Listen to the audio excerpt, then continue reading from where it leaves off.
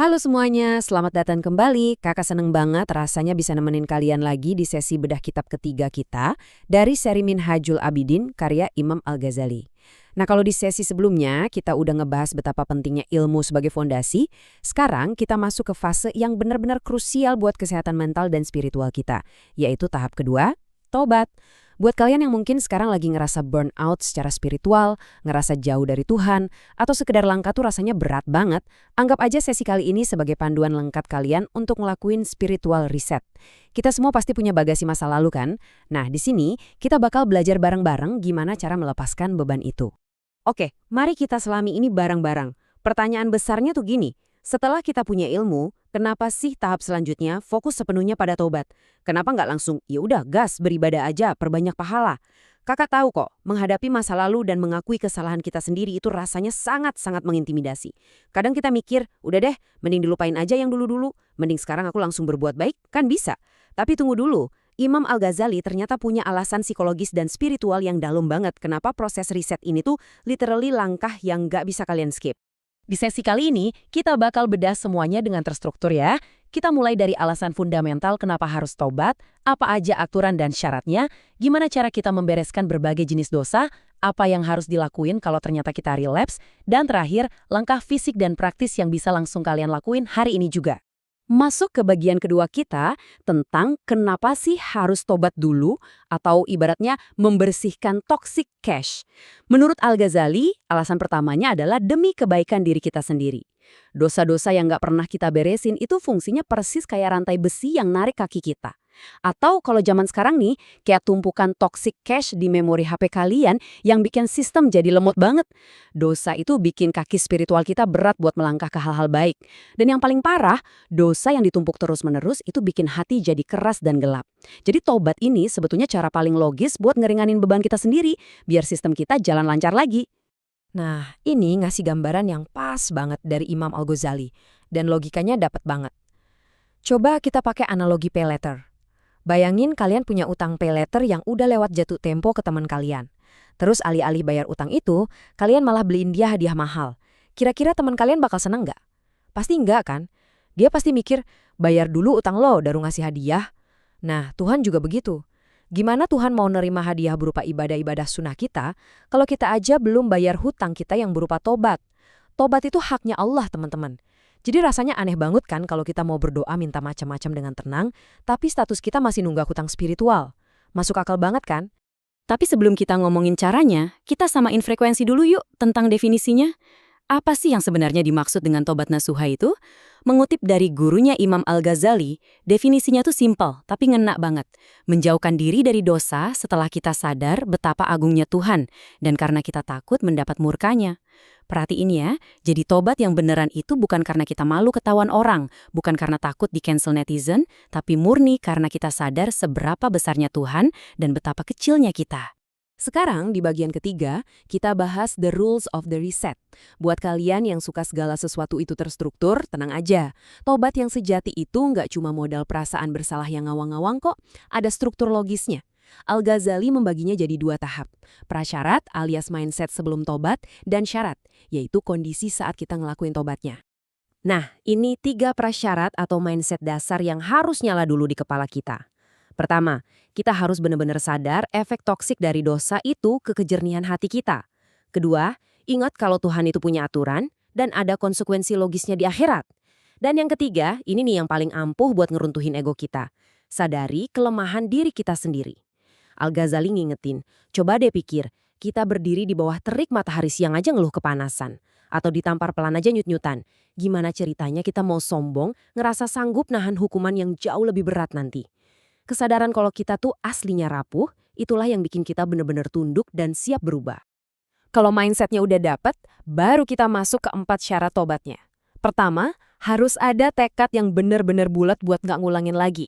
Kedua, ya tobatnya dari dosa yang emang beneran pernah kita lakuin dong, bukan ngarang. Ketiga, nah ini kedalaman psikologisnya juara banget.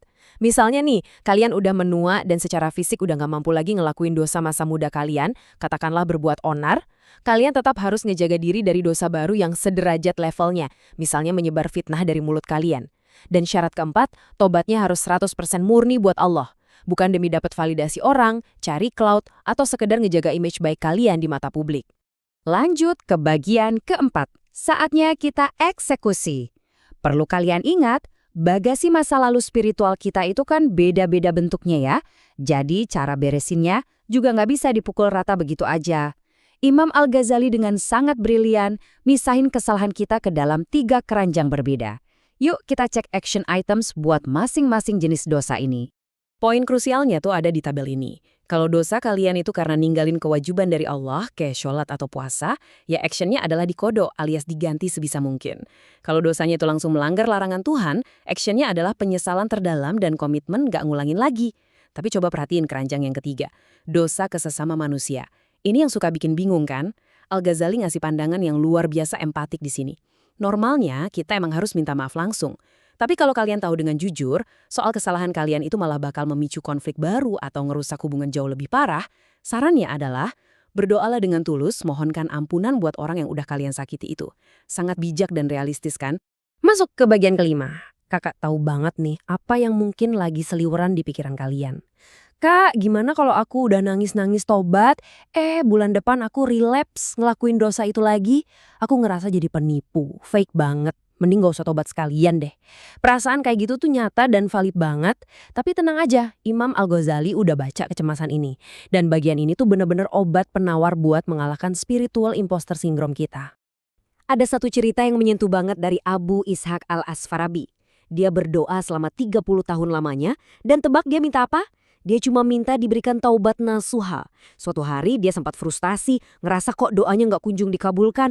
Sampai akhirnya lewat sebuah mimpi dia ditegur. Dia disadarin bahwa tindakan dia yang terus-terusan kembali dan bertobat selama 30 tahun itu justru adalah cara dia dijadikan kekasihnya Tuhan. Karena di ayat ini jelas banget dibilang, Allah itu menyukai alias mencintai orang-orang yang bertobat. Terus-menerus kembali itulah yang mahal harganya di mata pencipta kita. Dan disinilah letak saran psikologis yang paling mind-blowing dari Al-Ghazali. Kalau kalian ngerasa takut bakal jatuh lagi, setan tuh bakal manfaatin ketakutan itu buat bikin kalian nyerah. Setan bakal bisikin, tuh kan lo ngulangin lagi, udah deh percuma lo tobat. Jangan pernah dengerin. Al-Ghazali bilang, kalau kamu mengulang sebuah dosa karena udah jadi kebiasaan, maka lawanlah dengan menjadikan tobat sebagai kebiasaan yang jauh lebih tangguh. Jadi tujuannya itu bukan jadi manusia sempurna tanpa cacat, tapi jadi hamba yang resilient alias ulet. Kalau kamu jatuh 10 kali, pastikan kamu tobat dan bangkit 11 kali. Di bagian ke-6 ini tekad di mental kita udah bulat nih ya. Tapi gimana dong praktek fisiknya? Tobat itu kan bukan cuma sekedar merenung sambil rebahan di kamar. Ada rutinitas fisiknya yang ngebantu ngunci komitmen mental itu. Yuk kita lihat langkah-langkah praktis melakukan physical reset ini. Yuk kita lihat gimana 5 langkah ini ngebangun momen katarsis yang benar-benar deep. Pertama, bersihkan diri, mandi atau wudhu, pakai pakaian bersih. Kedua, sholatlah 4 rakaat. Ketiga, cari spot yang sepi, yang benar-benar cuma ada kalian dan Tuhan, lalu bersujudlah. Keempat, pas sujud, akui semua dosa itu satu persatu. Luapkan tangisan kalian, marahin ego kalian sendiri. Dan kelima, berdoalah dengan kalimat yang sangat indah ini. Ya Tuhanku, inilah hambamu yang selama ini kabur melarikan diri, dan kini aku pulang ke depan pintumu. Bayangin perasaan plong dan lega yang bakal kalian rasain abis ngelakuin rutinitas ini. Pada akhirnya, perjalanan spiritual kita itu butuhnya hati yang mau terus dibersihin. Bukan hati yang sempurna tanpa cacat dari awal. Jangan sampai masa lalu kalian menahan langkah kalian buat maju ke depan. Jadi kakak pengen ninggalin kalian dengan satu pertanyaan ini. Kalau besok ternyata kalian nggak sengaja tergelincir lagi, apakah kalian bakal ngebiarin hutang dan toxic cash itu menumpuk sampai bikin sistem kalian benar-benar rusak? Atau kalian akan memilih untuk menekan tombol reset itu lagi? Sampai ketemu di bedah kitab tahap ketiga ya, dan tetap semangat progresnya.